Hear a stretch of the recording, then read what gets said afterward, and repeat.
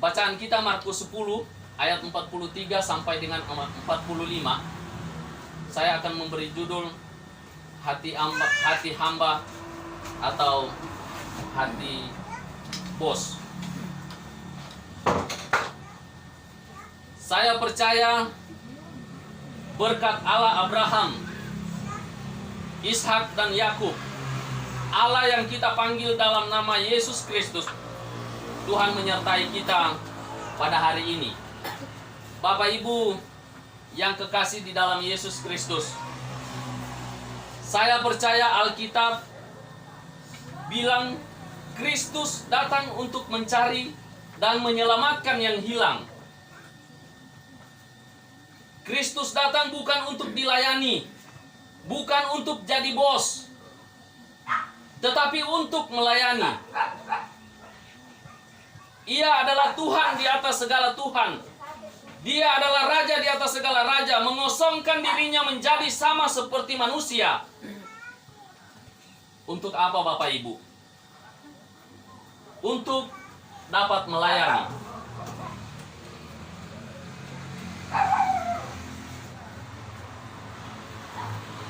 Saya khawatir pada akhir-akhir ini banyak orang yang hanya ingin dipanggil bos.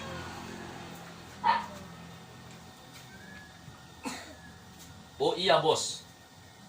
Biasanya kan begitu. Apa kabar bos? Semua orang hanya ingin menjadi bos, padahal ketika kita sudah diselamatkan Tuhan, kita harus punya spirit.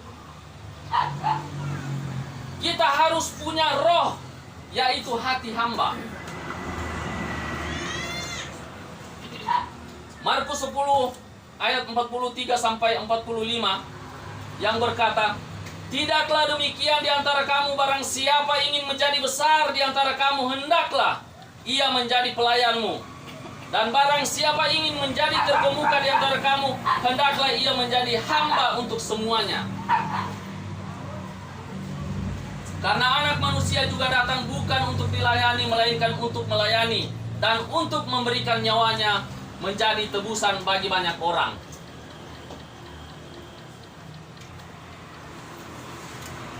Ada beberapa perbedaan hati bos dan hati hamba. Yang pertama, hati bos selalu hanya memikirkan kepentingan dan keuntungan diri. Sedangkan hati hamba selalu memikirkan dan menjadi berkat serta berkenan kepada Tuhan.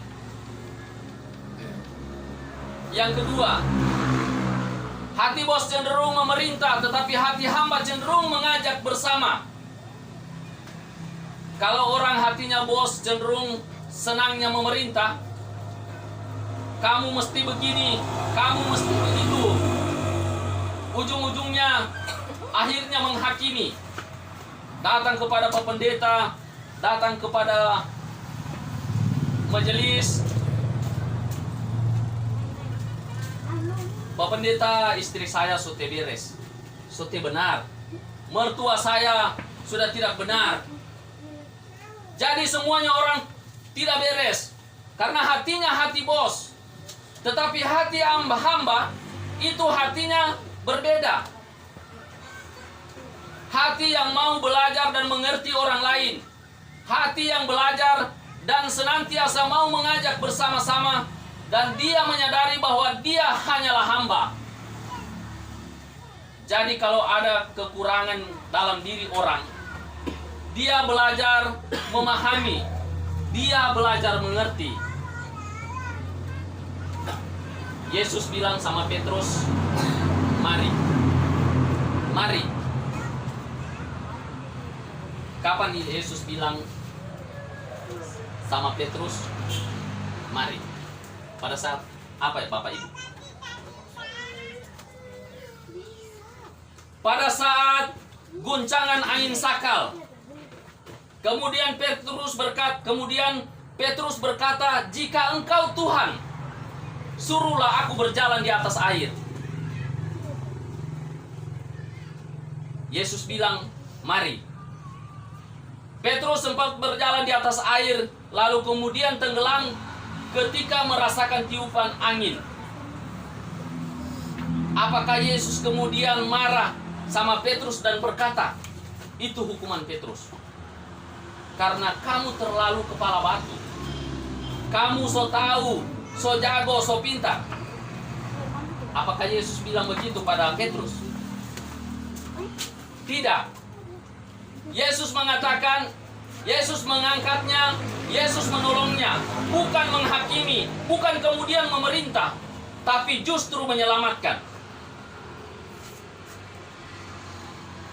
Yang ketiga, hati bos cenderung menyalahkan dan menjatuhkan. Hati hamba cenderung menolong dan mengangkat. Bapak-bapak yang hadir pada saat ini, istrimu pasti ada kekurangan. Begitupun ibu-ibu. Suamimu pasti ada kekurangannya. Begitupun orang tua. Anak-anakmu pasti ada kekurangannya. Mertua, menantumu pasti ada kekurangannya. Menantu, mertuamu pasti ada kekurangannya. Pertanyaan, kalau kita lihat di sekitar kita, ada orang yang dalam kekurangan, ada kelemahan, apakah kita senang menuding-nuding dia? Apakah kita senang memaki-maki dia? Apakah kita senang menghakimi dia? Kemudian menyingkirkan dia? Atau sebaliknya, kita punya hati hamba yang cenderung mau menolong, mau menguatkan, mau mendoakan, mau mengangkat. Bapak Ibu yang diberkati Tuhan, Yesus disalib, doanya luar biasa. Dia berkata, "Ya Bapa, ampunilah mereka, sebab mereka tidak tahu apa yang mereka perbuat." Biarlah pada hari ini kita yang hadir pada saat ini, kita disadarkan Tuhan. Betul, saya sudah diselamatkan. Betul, Yesus sudah mati buat saya. Betul, dosa saya sudah diampuni. Dan biarlah sekarang saya mau memiliki hati hamba.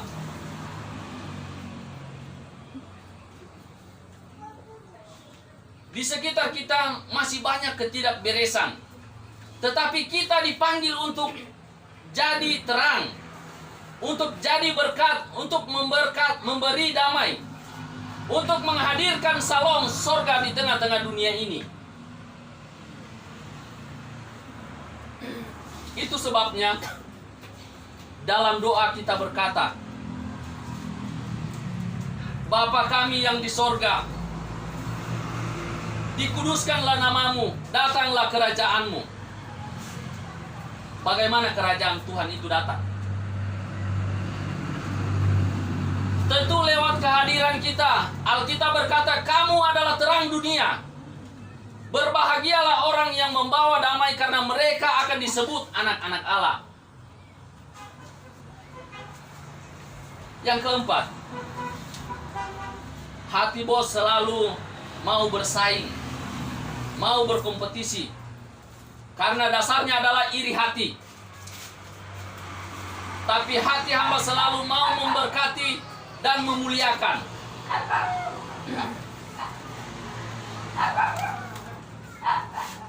Dunia ini penuh dengan orang-orang yang iri hati, penuh dengan dengki, tidak bisa melihat orang lain sukses, tidak bisa melihat orang lain maju. Kalau perlu mereka difitnah. Ada yang iri hati di sini? Apakah ada yang dengki di sini? Hari ini kita mengerti di sekitar kita masih banyak orang iri hati. Masih banyak orang yang mungkin mengecewakan, menyakitkan hati kita. Siapa pernah disakiti di sini? Siapa pernah dikecewakan di sini? Tuhan sanggup mengubah kutuk menjadi berkat. Tuhan sanggup mengubah kutuk menjadi berkat. Biarlah hati kita bukan lagi hati bos. Biarlah hati kita tetap hati hamba. Apakah artinya hati kita hati hamba? Ketika kita disakiti bukan membalas. Kita belajar, kita berserah kepada Tuhan. Kita tetap beriman, karena hanya dengan Tuhan kita tenang. Daud berkata, melewati lembah yang kelam, aku tidak takut bahaya. Gadamu dan tongkatmu menjadi penghiburan bagi aku ketika kita disakiti. Yang kelima, hati bos cepat tersinggung. Hati bos cepat dikuasai oleh emosi, amarah, bahkan kekecewaan. Tetapi hati hamba selalu bersyukur dan berserah kepada Tuhan. Kalau hari-hari ini Bapak Ibu sedang dikecewakan, sedang marah, sedang tersinggung, jangan salahkan keadaan. Karena memang keadaan kadangkala mengakibatkan hal-hal demikian. Karena kita ada di dunia ini. Dalam bagian lain, Daud berkata, singa-singa muda boleh merana kelaparan, tetapi orang yang berharap kepada Tuhan tidak pernah kekurangan sesuatu yang baik. Milikilah hati hamba, Bapak Ibu, dan buanglah hati bos yang penuh kesombongan. Berjalan dalam kasih karunia, berjalan dalam iman, berjalan dalam pengharapan, dan berjalan dalam kasih. Tuhan Yesus memberkati kita sekalian. Amin.